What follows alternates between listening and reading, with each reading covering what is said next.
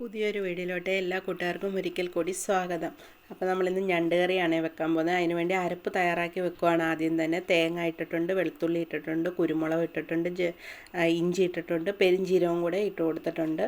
എന്നിട്ട് അതിലേക്ക് മുളക് പൊടി, ഒരു ശകലം മഞ്ഞൾപ്പൊടി, ശകലം മുളക് പൊടി, ശകലം മല്ലിപ്പൊടിയും കൂടെ ഇട്ട് കൊടുത്തിട്ട് ഒന്ന് അരച്ച് നന്നായിട്ട് വെച്ചിട്ടുണ്ട്.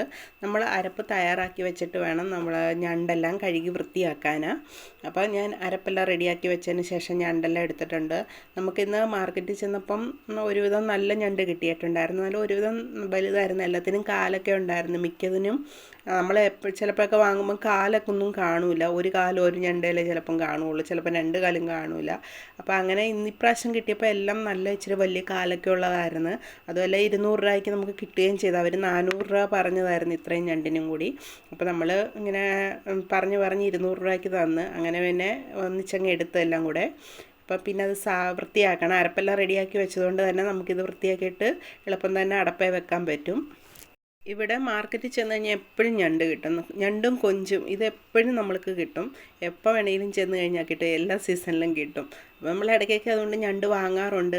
അതുകൊണ്ട് ആദ്യമൊന്നും എനിക്ക് ഞണ്ട് പൊളിക്കാനോ അല്ലെങ്കിൽ വൃത്തിയാക്കാനോ ഒന്നും അറിയില്ലായിരുന്നു. ഇപ്പം വാങ്ങിച്ചെല്ലാം പഠിച്ചിട്ടുണ്ട് വൃത്തിയാക്കാനും ഒക്കെ. അങ്ങനെ ഞാൻ എല്ലാം വൃത്തിയാക്കി എടുത്തിട്ടുണ്ട്. ചെറിയ കാലൊക്കെ ചിലതിൻ്റെയൊക്കെ ഞാൻ കളഞ്ഞ് വലിയ ഞണ്ടിൻ്റെ മാത്രമേ ചെറിയ കാലും എടുത്തിട്ടുള്ളൂ പകുതി വെച്ച്.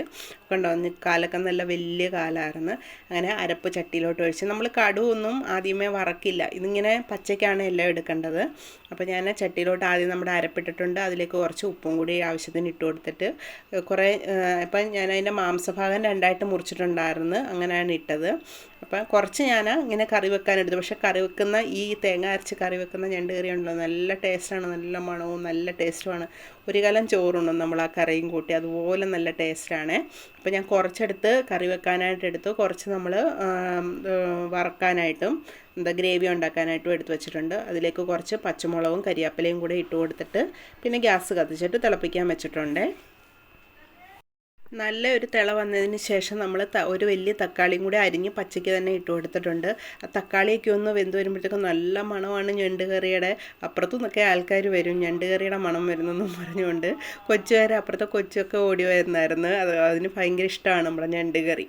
അപ്പം കുറച്ച് ഞാൻ എടുത്തേണ്ട റോസ്റ്റ് പോലെ ഉണ്ടാക്കിയിട്ടുണ്ടായിരുന്നു. പക്ഷേ കറിയാണ് നല്ലത്. റോസ്റ്റിന് നമ്മുടെ അകത്തോട്ട് അങ്ങനെ മാംസത്തിലോട്ട് എരിവും പുളിയും ഒന്നും പിടിക്കില്ലല്ലോ.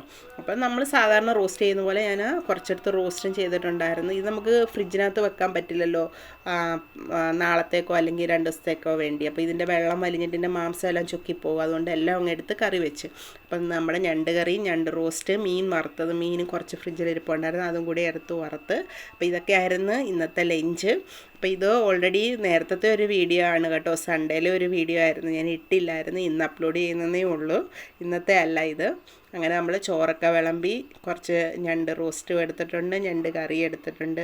എത്ര സമയം വേണം ഇതൊന്ന് പൊളിച്ച് തിന്നാനാണ്. ഞണ്ട് കറിയൊക്കെ തിന്നണമെങ്കിൽ നമുക്ക് എളുപ്പമൊന്നും തിന്നിട്ട് പോകാൻ പറ്റില്ലല്ലോ. കടിച്ച് പൊട്ടിച്ച് അതിൻ്റെ വേസ്റ്റെല്ലാം കളയണം, മാംസം തിന്നണം, അങ്ങനെ കുറേ സമയം എടുക്കും. അപ്പം നല്ല ടേസ്റ്റാണ്. ഇങ്ങനെ കറി വെക്കുന്നതിനും നല്ല ടേസ്റ്റാണ്, മറ്റേതും നല്ലതാണ്.